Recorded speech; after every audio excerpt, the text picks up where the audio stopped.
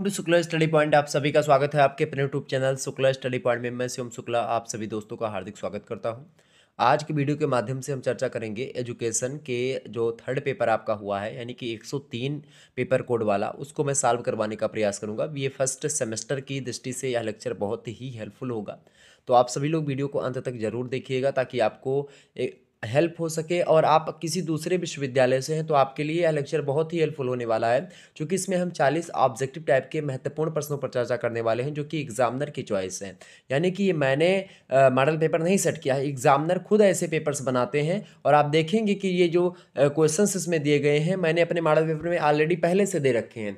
तो एक प्रकार से आप चाहे मॉडल पेपर को देखेंगे या इन क्वेश्चंस को देखेंगे, बात एक ही है। तो मैं तो रिकमेंड करूंगा आपको कि जितने भी वीडियोस हमारे प्लेलिस्ट में मैंने संकलित कर दिए हैं, सारी वीडियोस को आप 2022 के मॉडल पेपर को, 2022 के क्वेश्चंस को, जो क्वेश्चन पेपर मैंने सॉल्व करवाए थे उनको, और 2023 वाले अगर आप देखते चलेंगे सभी विश्वविद्यालय के, तो आप अपने विश्वविद्यालय की जब परीक्षा देने जाएंगे आपको एकदम से हलवा लगेगा, जैसे गाजर का हलवा होता है, इस समय खा लेते हो आप शादी पार्टीज वगैरह में जाते हैं, तो ठीक इसी प्रकार से आप ऐसे पेपर को भी ऐसे ट्रीट करेंगे उसके साथ। तो बीए फर्स्ट सेमेस्टर एग्जामिनेशन 2022-23 ये आपका क्वेश्चन पेपर है दीनदयाल उपाध्याय गोरखपुर विश्वविद्यालय का। ये पेपर कोड दिया हुआ है आपका फर्स्ट सेमेस्टर का एग्जामिनेशन, ठीक है। एजुकेशन यानी शिक्षा शास्त्र का क्वेश्चन पेपर है। कंसेप्चुअल फ्रेमवर्क ऑफ एजुकेशन ये सेकंड पेपर है उसका, ठीक है। और वैसे तीसरा पेपर है। 24 तारीख को ये परीक्षा संपन्न हुई है और इसकी आंसर की यानी कि इसके उसको सॉल्व करवाने के लिए मैं तत्पर हूँ। देखें यहाँ पर 40 क्वेश्चंस आपको दिए गए हैं, 1 घंटे का समय दिया जाता है, 60 नंबर का आपका पूर्णांक है, 1.5 नंबर का एक प्रश्न है, ठीक है। आइए देखते हैं कैसे कैसे हम प्रश्नों के उत्तर को चलेंगे, मतलब कि हल करते हैं, उसी प्रकार से आपको भी हल करना है। पहला प्रश्न आपका आ चुका है भाई। पहला प्रश्न आपका देखेंगे, Radhakrishnan commission is known as, Radhakrishnan आयोग को जाना जाता है। तो भाई राधा कृष्णन आयोग को विश्वविद्यालय शिक्षा आयोग के नाम से भी जाना जाता है। 1948 से 1949 के बीच में आप देखते हैं विश्वविद्यालय शिक्षा आयोग की स्थापना गठन होता, तो राधा कृष्णन जी के नेतृत्व में। तो ऑप्शन नंबर इसका एक करेक्ट आंसर होगा यूनिवर्सिटी एजुकेशन कमीशन, ठीक है, 1948 टू 1949। ओके, नेक्स्ट क्वेश्चन आप देखेंगे, दूसरा नंबर प्रश्न आपसे पूछा गया था, who was the supporter of teaching bye craft, यानी हस्तकला के माध्यम से शिक्षा देने के समर्थक कौन थे। मोहनदास करमचंद गांधी ऑप्शन ए में दिए हैं, करेक्ट आंसर यही होंगे। अगला क्वेश्चन आप देखिएगा, तीसरा नंबर प्रश्न आपसे पूछा है, when was the first open university established in India, Bharat में प्रथम मुक्त विश्वविद्यालय की स्थापना कब हुई। तो ये हुई थी 1982 में, यानी कि 1982 में आंध्र प्रदेश में। Option number B correct answer होगा। नेक्स्ट क्वेश्चन आपकी स्क्रीन पर विजिबल हो पा रहा है, सभी लोग देखिएगा भाई, सभी लोग वीडियो को लाइक और शेयर भी कर दीजिएगा। प्रश्न आपका आ चुका है, who was the chairman of secondary education commission, माध्यमिक शिक्षा आयोग के अध्यक्ष कौन थे। तो माध्यमिक शिक्षा आयोग के अध्यक्ष कौन थे, डॉक्टर LS मुदालियर थे। बताएं कौन थे भाई, माध्यमिक शिक्षा आयोग के अध्यक्ष कौन थे। तो चौथे करेक्ट आंसर बिल्कुल option number A correct answer होगा, doctor LS Mudaliar is right answer, इसके अध्यक्ष थे ये ऑप्शन। इसीलिए माध्यमिक शिक्षा आयोग को मुदालियर आयोग के नाम से भी जाना जाता है। पांचवा क्वेश्चन आप देखेंगे, पूछा गया था कि which one is not problem of teacher education, इनमें से कौन शिक्षक शिक्षण की समस्या नहीं। देखिए, प्रशिक्षण को जीवनोपयोगी बनाने की समस्या, ये एक समस्या होती है एक टीचर के समक्ष। इसके अलावा प्रशिक्षण कार्यक्रम की संकीर्णता भी है, तो ये भी एक समस्या है। धार्मिक शिक्षा की समस्या कोई नहीं आती है। Option number C correct answer होगा, प्रॉब्लम ऑफ रिलीजन एजुकेशन, शिक्षा में अनुसंधान की समस्या भी आप देख सकते हो। तो ये सब चीज़ें करनी चाहिए आज के वर्तमान समय में, तो इसका सी होगा। छठवां क्वेश्चन आप जिसका पेपर है उसका लगभग अधिकतर प्रश्न सही है। अगला क्वेश्चन आप देखेंगे, who was considered as the founder of pre primary education, यानी पूर्व प्राथमिक शिक्षा का संस्थापक किसे माना जाता है। तो फ्रोबेल महोदय को माना जाता है। Option number C is right answer, जिन्होंने सी लगाया होगा उनको 1.5 नंबर मिल जाएगा। 1837 में फ्रोबेल महोदय ने पूर्व प्राथमिक शिक्षा की स्थापना करी। सातवां क्वेश्चन आपसे पूछा गया था, which system is related to pre primary education, कौन सी प्रणाली पूर्व प्राथमिक शिक्षा से संबंधित है भाई। तो आप सभी को पता होगा किंडरगार्टन प्रणाली भी संबंधित है, नर्सरी प्रणाली और मॉन्टेसरी प्रणाली, ये सब पूर्व प्राथमिक शिक्षा से संबंधित है। ऑप्शन नंबर डी लगा दीजिएगा, all of the above, next question देखेंगे। 8वां नंबर प्रश्न आपकी स्क्रीन पर आ चुका है। बहुत ही अच्छा प्रश्न है आपकी परीक्षा की दृष्टि से भी, और आपके एग्जाम में तो पूछा ही गया था, बाकी जिनकी परीक्षा में नहीं पूछा गया था उनके लिए बहुत हेल्पफुल होगा। प्रश्न 8वां नंबर है, which is not an objective of pre primary education. पूर्व प्राथमिक शिक्षा का उद्देश्य क्या नहीं है? तो क्या नहीं भाई, जो है औपचारिक शिक्षा देना शुरुआत से ही तात्पर्य नहीं होता है पूर्व प्राथमिक में। अच्छी आदतों का विकास करना, बालकों के विकास के लिए स्वस्थ वातावरण प्रदान करना, ये सब उद्देश्य हैं। इंद्रिय प्रशिक्षण भी दिया जाता है, ठीक है, सेंसरी ट्रेनिंग भी होती है बच्चों की। तो डी ऑप्शन, औपचारिकता पर उतना ध्यान नहीं दिया जाता है, अनौपचारिक रूप से ही बहुत अच्छे तरीके से बच्चों को समझाया जाता है, उनके साथ ट्रीट होती है पूर्व प्राथमिक शिक्षा में। 9वां नंबर क्वेश्चन देखेंगे, who advocate first for pre primary education in India. Bharat में पूर्व प्राथमिक शिक्षा के लिए किसने सर्वप्रथम वकालत करी, किस आयोग ने करी भाई? तो किस आयोग ने करी थी? 9वें का करेक्ट आंसर होगा option number Sargent commission, option number A correct answer होगा। A option is right answer. Next question देखेंगे। 10वां नंबर प्रश्न आपका आ चुका है, which is the major problem in development of primary education. प्राथमिक शिक्षा के विकास की मुख्य समस्या क्या है? तो प्राथमिक शिक्षा के विकास की जो मुख्य समस्या है वो कौन सी भाई? वो समस्या है अपव्यय और अवरोधन की। यानी को बहुत सारे बच्चे होते हैं जो वेस्टेज यानी कि, और इसके अलावा स्टेगेशन, यानी कि वो कहीं तो या तो भाई वो छोड़ देते परीक्षा या फिर फेल हो जाते हैं, या किन्हीं कारणों के बस में वो एक ही दर्जे में बार बार, तो इसके कारण से दो समस्याएं होती है। 11वां क्वेश्चन देखेंगे, what are the measures of prevent stagnation. यानी कि अवरोधन को रोकने के लिए क्या उपाय हो सकता है? शिक्षण विधि में परिवर्तन किया जाना चाहिए, बाल श्रम को प्रतिबंधित करना चाहिए, परीक्षा प्रणाली में भी परिवर्तन करना चाहिए अवरोधन को रोकने के लिए। ऑप्शन नंबर डी लगा दीजिएगा, ये सारी चीजें करनी चाहिए। ओके, आगे बढ़ने का प्रयास करते हैं। अगला क्वेश्चन आप देखेंगे, 12वां नंबर प्रश्न आपका आ चुका है, compulsory education is related to. अनिवार्य शिक्षा संबंधित है, बताए भाई अनिवार्य शिक्षा किससे संबंधित है? तो अनिवार्य शिक्षा आपकी प्राथमिक शिक्षा से रिलेटेड है, ऑप्शन नंबर डी लगा दीजिएगा। 6 से 14 वर्ष के बच्चों से संबंधित है, ऑप्शन नंबर डी। अगला क्वेश्चन आप देखेंगे, 13वां नंबर प्रश्न आपसे पूछा गया था कि who termed secondary education as higher secondary education. माध्यमिक शिक्षा को उच्च शिक्षा किसने कहा? तो माध्यमिक शिक्षा को उच्च शिक्षा किसने कहा भाई? तो इसका करेक्ट आंसर आपका हो सकता है ऑप्शन नंबर बी, मुदालियर आयोग ने कहा, ठीक है। अगला क्वेश्चन आप देख लीजिएगा, 14वां नंबर प्रश्न आपका आ चुका है, Sarva Shiksha Abhiyan is related to which age group of children. Sarva Shiksha Abhiyan किस आयु वर्ग के छात्रों से संबंधित है? तो सर्व शिक्षा अभियान जो है ये किससे संबंधित है? 6 से 14 वर्ष के बालकों के लिए, option number A correct answer होगा इसका। नेक्स्ट क्वेश्चन देखेंगे, 15वां नंबर आपका आ चुका है। 15वां नंबर प्रश्न आपका है, which of the following is characteristics of open university. कौन में मतलब कि निम्न में से कौन मुक्त विश्वविद्यालय की विशेषता है? आवासीय विश्वविद्यालय नहीं होता है ये परिसर रहित विश्वविद्यालय होता है, ऑप्शन नंबर सी लगा दीजिएगा, university without campus, option number C correct answer होगा। 16वां क्वेश्चन आप देखेंगे, which one of the following. प्रश्न आपका क्या आ चुका है भाई? प्रश्न आपका आ चुका है, देखेंगे सभी लोग, प्रश्न आपका आ चुका है। प्रश्न क्या है? Which one of the following is not a problem of higher education. निम्न में से कौन उच्च शिक्षा की समस्या नहीं है भाई? 16वें करेक्ट आंसर क्या होगा? ऑप्शन नंबर डी, 3 भाषा यानी कि स्टडी ऑफ 3 लैंग्वेज। ये समस्या नहीं, बाकी उद्देश्यहीनता की समस्या है, अनुशासन की समस्या है, पाठ्यक्रम के अप्रभावशीलता की समस्या भी उच्च शिक्षा में दिखाई पड़ती है, ठीक है। बहुत सारे विश्वविद्यालय हैं कि एक ही पाठ्यक्रम वहाँ का बहुत जटिल है, मतलब कि आप देखेंगे बीएचयू की जो है पाठ्यक्रम है उसमें भी बहुत ज़्यादा दोष आपको दिखाई पड़ेगा। मतलब मैं तो खास करके वहाँ पे पढ़ा भी हूँ, तो एक ही 15-15 16-16 साल से एक ही पाठ्यक्रम है, उसमें कोई चेंजमेंट ही नहीं हुआ है। चेंजमेंट होना, अब जो शामिल है वही 15 साल से वही एक ही चीज़ पढ़ाई जा रही है, ठीक है, तो वो फिर दिक्कत होती है। उसमें परिवर्तन होना चाहिए, परिवर्तन आप हर चीज़ में करते हैं, लेकिन आप जब शिक्षा की बात आती है, नवीनता की बात आती है विचारों में, तो उसमें नहीं करते हैं। बस केवल आप जो है पूजा पाठ ना करो, धर्म को ना मानो, यही सब चीज़ें लोग बताएंगे कि यही सब जो है आधुनिकता है, यही सब मॉडर्निटी है, यही सब सारी चीज़ें हैं, ठीक है। तो गलत चीज़ है वो।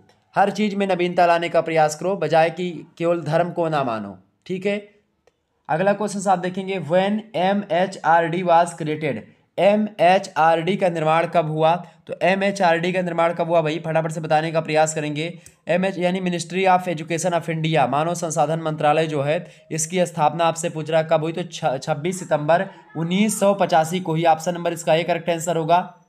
अगला प्रश्न आप देखिएगा, अगला क्वेश्चन आपका आ चुका है, 18वां नंबर प्रश्न आप देखेंगे, mark the person who not contributed in teacher education, उस व्यक्ति को चिन्हित कीजिए जिन्होंने शिक्षा में अपना योगदान नहीं दिया था। लॉर्ड मैकाले ने दिया था, चार्ल्स वुड ने भी दिया था, वुड चेस पे मतलब कि आप वुड की घोषणा पत्र आप देखते हैं, लॉर्ड मैकाले ने भी दिया था, विलियम हंटर ने भी दिया था, लॉर्ड कर्जन ने नहीं दिया था। Option number C correct answer होगा। आपको बता दूं कि यही सभी लोगों ने मिल करके तो क्या किया है, शिक्षा व्यवस्था को अपनी बिगाड़ दिया एकदम से। जो अपनी शिक्षा में अच्छी चीजें थी उनको खत्म करके अपनी चीजों को थोपने का प्रयास किया हम लोगों पर। तो ये एक प्रकार से आपको सुधरना होगा, हम लोगों को सुधारना होगा इन चीजों में।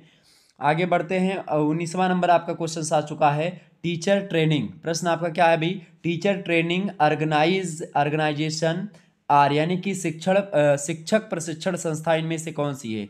शिक्षक प्रशिक्षण संस्था जो है इनमें से कौन सी है भाई, तो इनमें से कौन सी, फटाफट से बताने का प्रयास करेंगे। इसका करेक्ट आंसर, अगला क्वेश्चन आप देखेंगे 17वां क्वेश्चन आपका आ चुका है। देखें, when MHRD was created, MHRD का निर्माण कब हुआ, तो ये मैंने मतलब ये तो मैंने बता दिया था। ठीक है, आगे बढ़ते, लॉर्ड कर्जन वाला भी हो चुका था ये। 19वां प्रश्न आपका देखें, प्रश्न आपसे पूछा गया है कि टीचर ट्रेनिंग ऑर्गेनाइजेशन, शिक्षक प्रशिक्षण संस्था इनमें से कौन सी है। 19वें का करेक्ट आंसर क्या होगा, देखिए 19वां करेक्ट आंसर क्या होगा भाई बताएं। इसका जो है क्या होगा, NCERT जो है ये शिक्षक प्रशिक्षण संस्था नहीं है। NCTE जो है आपकी, NCTE राष्ट्रीय शिक्षक शिक्षा परिषद, यानी national council for teacher education. Option number B correct answer होगा, NCTE is right answer. Next question देखने का प्रयास करेंगे। ठीक है, और जो है ये जो आपका RCE है, यहाँ पर आप देख रहे हैं RCE का मतलब होता है रीजनल, जो मतलब कि जो रीजनल लैंग्वेज होती है उसका education, regional language of education. इसका फुल फॉर्म क्या होता है, रीजनल लैंग्वेज ऑफ एजुकेशन। ठीक है, जो क्षेत्रीय भाषा शिक्षा संस्थान होती तो वो है। ठीक है, NCERT का मतलब आप सभी लोग जानते ही हैं। ठीक है, तो आगे बढ़ते हैं। तो ऑप्शन नंबर इसका बी करेक्ट आंसर होगा, NCTE इज राइट आंसर 19 का। 20वां क्वेश्चन आप देखेंगे, नॉर्मल स्कूल प्रोवाइड ट्रेनिंग, यानी कि नॉर्मल स्कूल प्रशिक्षण प्रदान करते हैं प्री प्राइमरी शिक्षक और प्राइमरी शिक्षक। ऑप्शन नंबर सी लगा दीजिए, करेक्ट आंसर हो जाएगा। अगला क्वेश्चन आप देखेंगे, 21 नंबर पूछा गया है, who was the first chairman of UGC। UGC का प्रथम अध्यक्ष कौन था, तो यूजीसी के प्रथम अध्यक्ष कौन थे भाई, यूजीसी के प्रथम अध्यक्ष थे आपके ऑप्शन नंबर ए राधा कृष्णन। कौन थे, डॉक्टर राधाकृष्णन, सर्वपल्ली राधाकृष्णन यूजीसी के प्रथम अध्यक्ष थे। आपको बता दूं कि जगदीश कुमार वर्तमान के अध्यक्ष हैं। क्लियर, आगे बढ़ते हैं अगला क्वेश्चन। 22 नंबर प्रश्न देखेंगे, direct primary education programme was started in, जिला प्राथमिक शिक्षा योजना का प्रारंभ कब हुआ, फटाफट से बताने का प्रयास करेंगे। तो 22 नंबर का करेक्ट आंसर क्या होगा, ऑप्शन नंबर ए 1994 में। ठीक है, 1994 डायरेक्ट प्राइमरी एजुकेशन प्रोग्राम, इसको शॉर्ट फॉर्म में डेप्ट भी बोलते हैं, यानी कि DPEP। ठीक है, DPEP भी इसको बोलते हैं, DPEP शॉर्ट फॉर्म में। अगला क्वेश्चन आप देखेंगे, 23 नंबर प्रश्न आपका आ चुका है, multipurpose school was recommendation of, बहुउद्देशीय शिक्षा या बहुउद्देशीय विद्यालय का सुझाव क्या था, मतलब बहुउद्देशीय शिक्षा का सुझाव दिया था, किसने दिया था भाई, तो इसका सुझाव दिया था माध्यमिक शिक्षा आयोग 1952-53 के according, secondary education commission 1952 to 53। Okay, next question आप देखेंगे, 24 नंबर प्रश्न आपका आ चुका है, Navodaya schools provide education, Navodaya विद्यालय शिक्षा प्रदान करता तो कक्षा 6 से लेकर के 12 तक, from class 6 to 12। Option number A correct answer होगा। 25 नंबर क्वेश्चन देखेंगे, operation black board is related to, operation black board संबंधित है तो ये प्रोवाइडिंग मिनिमम फैकल्टीज, मिनिमम जो है फैसिलिटीज टू प्राइमरी स्कूल्स, प्राथमिक विद्यालय में न्यूनतम सुविधा प्रदान करता है। Option number A correct answer होगा। ठीक है, अगला क्वेश्चन आप देखते हैं, 26 नंबर प्रश्न आपकी स्क्रीन पर आ चुका है, who was the chairman of the national education policy 2020 drafting committee, बताएं नेशनल एजुकेशन पॉलिसी 2020 ड्राफ्टिंग समिति के अध्यक्ष कौन थे, डॉक्टर के कस्तूरी रंगन थे। Option number A correct answer होगा। अगला क्वेश्चन आप देखेंगे, 27 नंबर प्रश्न आपका आ चुका है, which is not a deft of higher education, निम्नलिखित में से कौन उच्च शिक्षा का दोष नहीं है, शिक्षा बालकों के समरस विकास को प्रभावित नहीं कर रही है, यह एक दोष है। शिक्षा के स्तर में निरंतर गिरावट हो रही है, यह भी एक दोष है। कौशल के विकास का अभाव है, ये भी एक दोष है। सैनिक शिक्षा का अभाव, ये दोष नहीं है, ऑप्शन नंबर डी लगा दीजिएगा। अगला क्वेश्चन आप देखेंगे 28 नंबर प्रश्न आपकी स्क्रीन पर आ चुका है। Medium of instructions in higher education should be only, यानी उच्च शिक्षा प्रदान करने का माध्यम होना चाहिए। कैसा होना चाहिए भाई, देखें अब इसमें संदिग्धता है मुझे, बहुत सारे आपको मिलेंगे तो केवल अंग्रेजी में ओनली इंग्लिश लैंग्वेज बताते हैं, मतलब कि इसका करेक्ट आंसर हो सकता है, या फिर इनमें से कोई नहीं लगा दीजिएगा, डी ऑप्शन, चूंकि ओनली नहीं होनी चाहिए। अगला क्वेश्चन, वैसे तो बहुत सारे लोग इंग्लिश बताते हैं। अगला क्वेश्चन आपका है which is not an aims of university education, विश्वविद्यालयी शिक्षा का उद्देश्य क्या नहीं है। 29 नंबर का करेक्ट आंसर क्या होगा, फटाफट से बताएंगे। ऑप्शन नंबर बी, छात्रों को विदेश में नौकरी करने के लिए तैयार करना, ये विश्वविद्यालय शिक्षा का उद्देश्य नहीं होता है। उद्देश्य होता है योग्य नागरिक बनाना, उद्देश्य होता है संस्कृति और सभ्यता का संरक्षण और विकास करना, उद्देश्य होता है कि सभी प्रकार के ज्ञानार्जन का अवसर उपलब्ध करना, ठीक है। तीसरा नंबर प्रश्न आपकी स्क्रीन पर आ चुका है। हायर एजुकेशन इंक्लूड्स, यानी उच्च शिक्षा में सम्मिलित है, बताएं उच्च शिक्षा में क्या क्या सम्मिलित है भाई। उच्च शिक्षा में आपका क्या सम्मिलित है, फटाफट से बताने का प्रयास करेंगे। तो ये सारी चीजें, यानी स्वास्थ्य शिक्षा, शिक्षक प्रशिक्षण, अभियांत्रिकी और तकनीकी, ये सब सम्मिलित है। Option number D correct answer हो जाएगा। 31 नंबर क्वेश्चन देखेंगे। Which one of the following is central university, निम्न में से कौन केंद्रीय विश्वविद्यालय है, फटाफट से बताएंगे। तो बनारस हिंदू विश्वविद्यालय यानी कि BHU जो है, काशी हिंदू विश्वविद्यालय ये केंद्रीय यूनिवर्सिटी, जबकि लखनऊ विश्वविद्यालय, DDU गोरखपुर विश्वविद्यालय, कानपुर विश्वविद्यालय, ये सब विश्वविद्यालय जो है ये स्टेट यूनिवर्सिटीज हैं, ठीक है।